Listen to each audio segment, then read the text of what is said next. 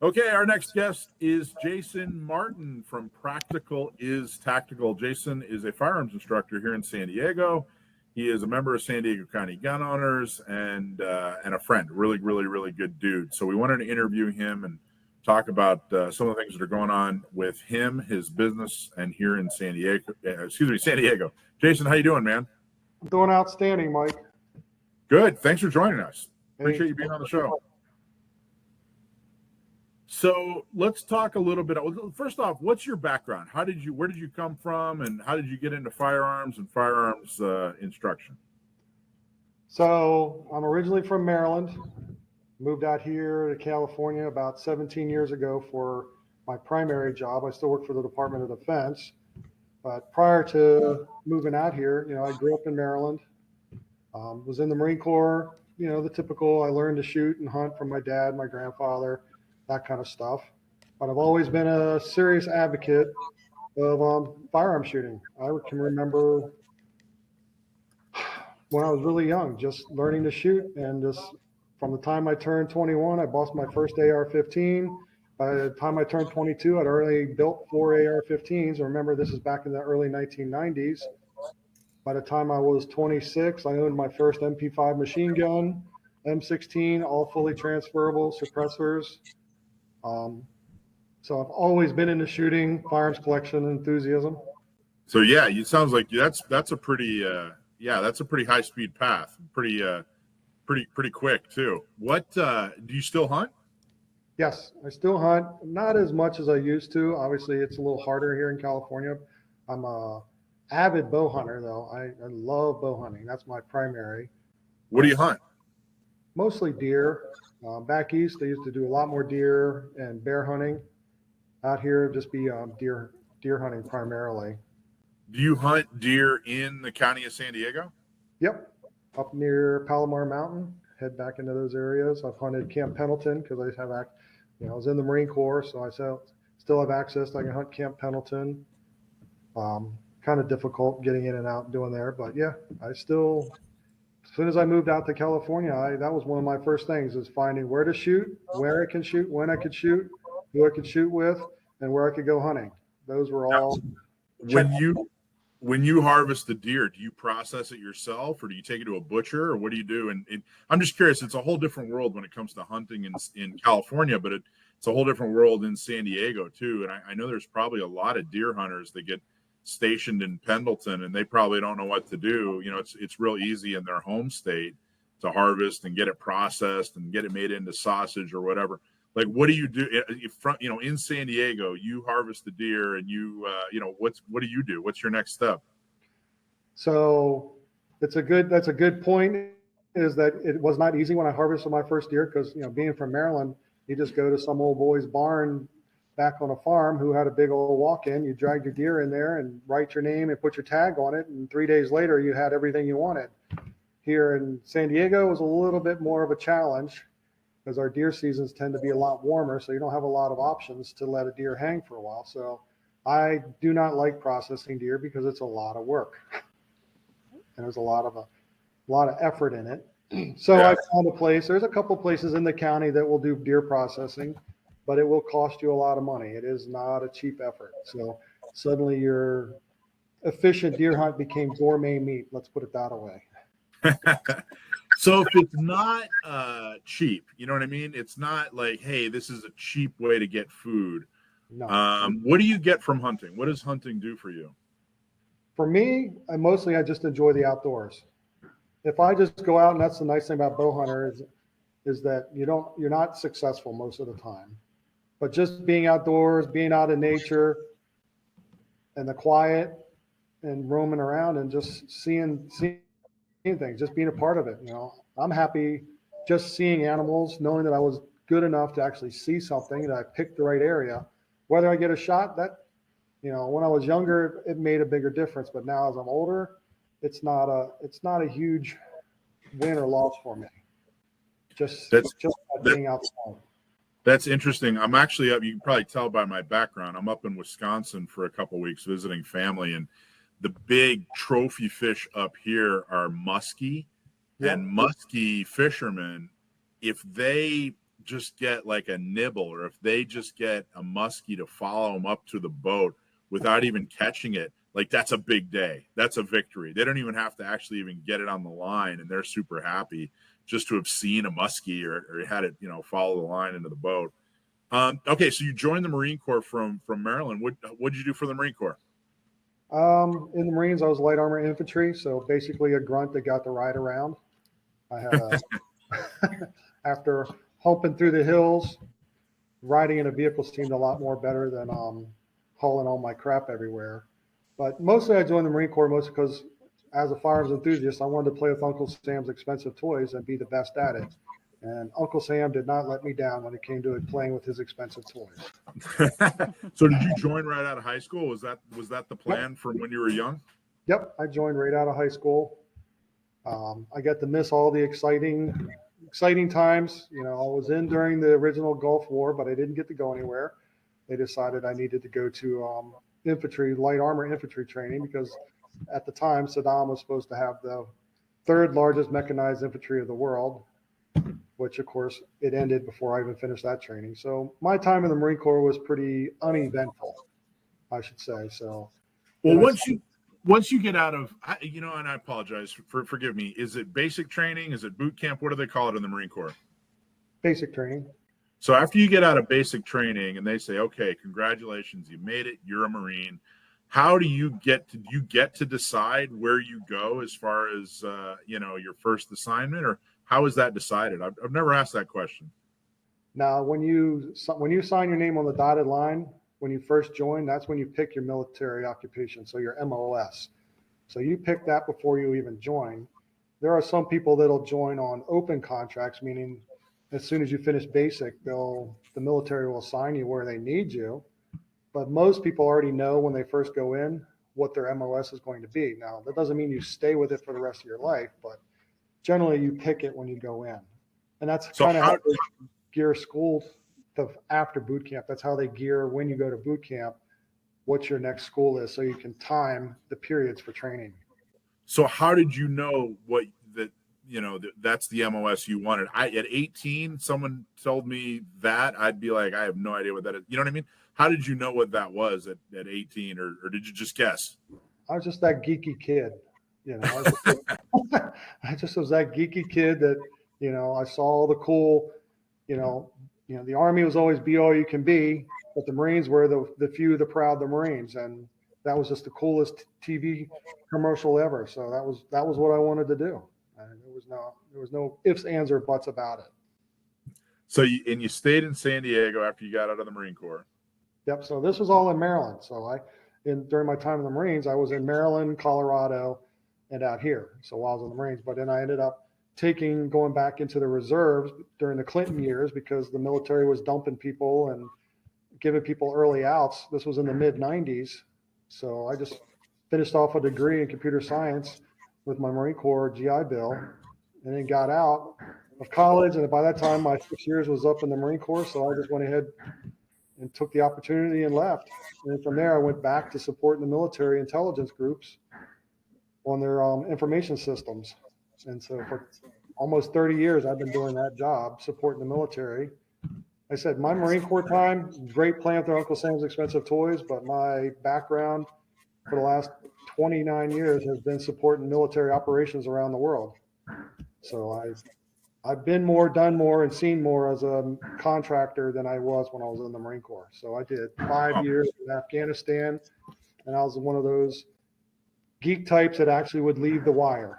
Most people back there never left the wire unless you were an actual infantry, versus I actually left the wire, and I'd go out to the FOBs. I'd go out to wherever they needed me to go to fix something, do something, I went.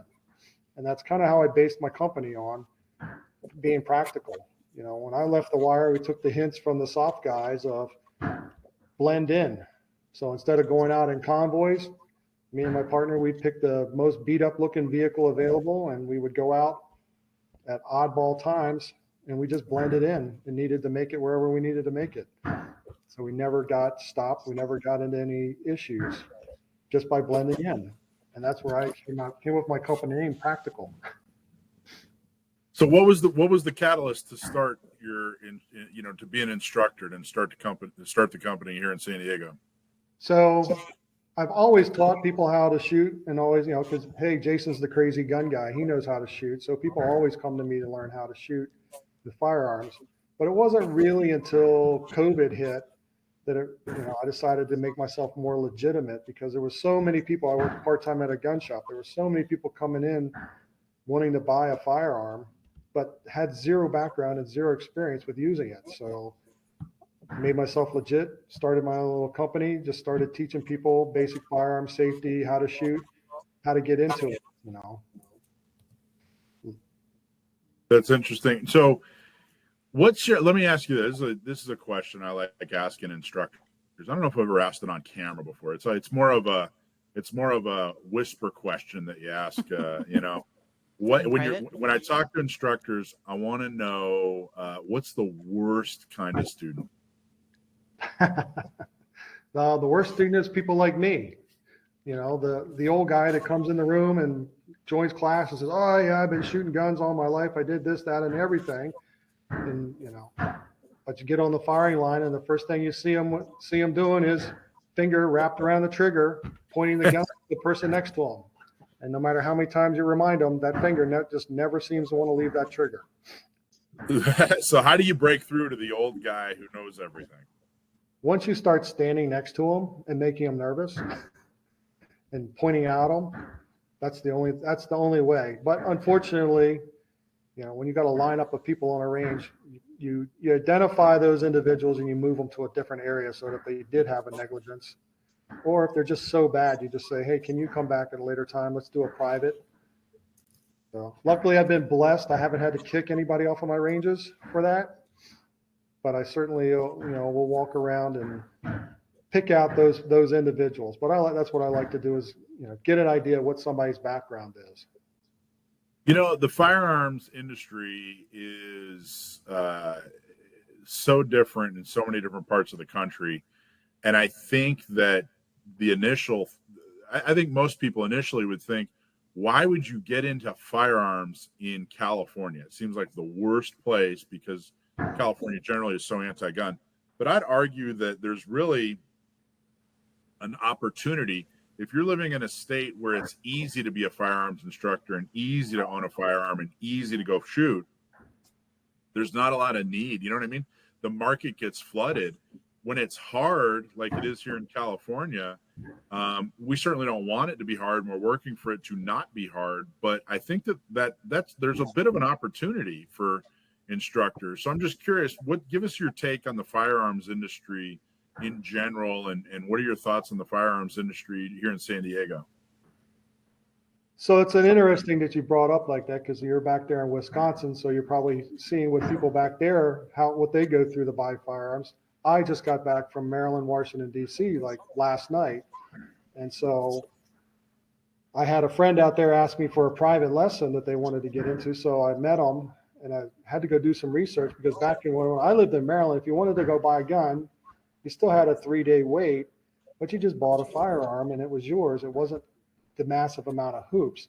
Now for like the state of Maryland, you have to go to a class for what they call a handgun or a firearms qualification license, an actual license. You have to do an 8-hour class for pre-approval before you can even go buy one. You can't even go to an indoor range to rent a firearm in the state of Maryland unless you've had this class. So wow, that's bad.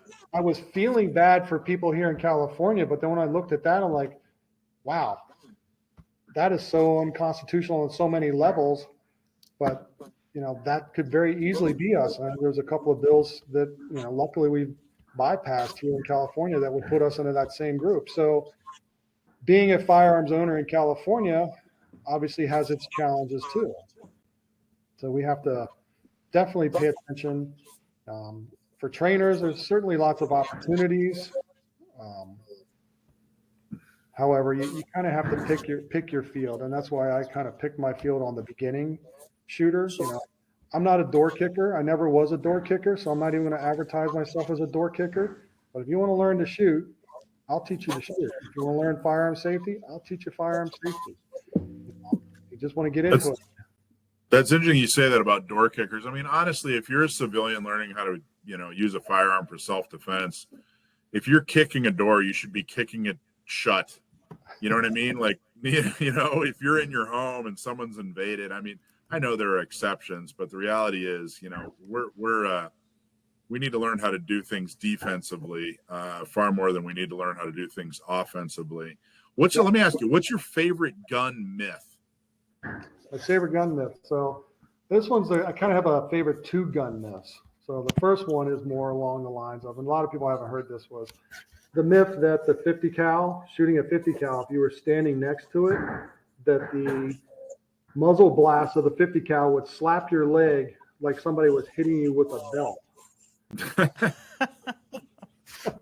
And so, my time in the Marine Corps obviously proved that was different. But then I also, before I came to California, I also bought a Barrett M82 50 cal. So I actually owned a Barrett M82 and shoot it. And no, that's definitely a myth. That's a myth. Alicia, what's your favorite gun myth? I haven't heard the 50 cal one. I've heard, 50 cal myths that are similar, but I haven't quite heard it phrased like that. Alicia, what's your favorite gun myth? On the fly, when you ask that, the only thing that stands out to me that I come back to is just going to be Biden's blowing your lungs out of your body with a 9mm. Does that count as a myth? A Biden myth? Yeah. I will say, I remember the first time I was present when a 50 cal was fired, and I was standing like 3 or 4 feet away from the guy, and I was surprised. I described it as an atmospheric event. I mean, there really was, if you're in about a 5-foot circle of a 50 cal, you're going to know a shot's been fired, but certainly not what you just described or what the myth is that you just described. So, Yep. Well, okay. So a more realistic myth than most people would be the dry fire thing. Never dry fire your gun on an empty chamber. That's really. That's kind of a myth / fact. Depends on the gun. It all depends on the gun and the manufacturer. And so I try to, tell my students, if you have striker fired firearms, generally you're okay on a dry fire. But if you have a hammer fired firearms or even rim fire firearms, those are generally not good guns to dry fire. But even like a lot of modern, like 1911 style firearms are perfectly fine to dry fire versus the old World War I, World War II, 1911s, where the metallurgy was a lot different, then I probably wouldn't be shooting dry firing those guns. But it does boil down to what the manufacturer specs are on the firearm. Because some of them will say, but a lot of that really stemmed from 22 caliber rimfire. That's where a lot of that really came from. As far as dry firing, the Yes. do not dry fire myth came from 22s. That was the original, where it originally came from. That makes sense. So what are your thoughts on, in general, Second Amendment rights in San Diego, in California, nationally? What are your thoughts in general? Do you think we have a bright future? Do you think there's a storm on the horizon, or what's your opinion? I think it's going to be a bright storm. A bright storm? I like that. Yeah, a bright storm that, it's not a single day that doesn't go by that we don't see some kind of great news. Was it yesterday, the Ninth Circuit and the ammo background? Yeah. That comes around. Great news.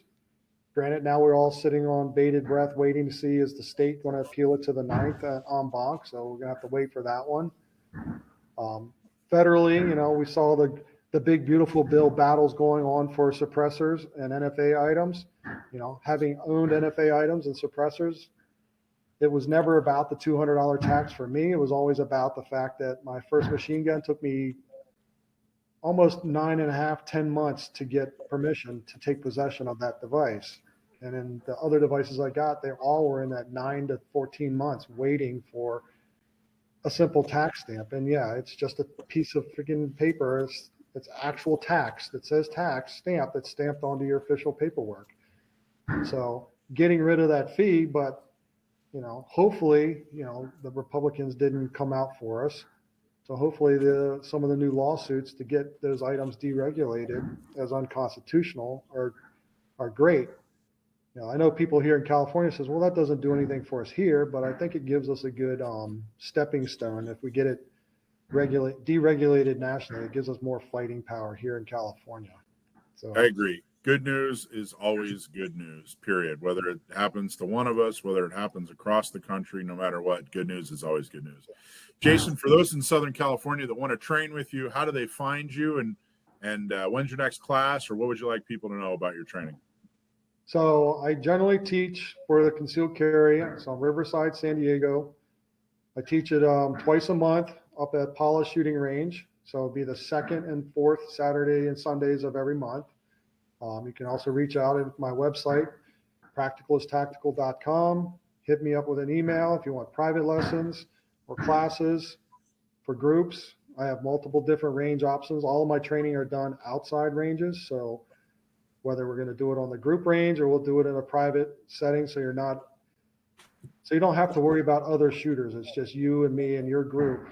You know, I have those options. That's the Benny of living up here in the Northern Territories of San Diego County, is that we have more options in some places of the county.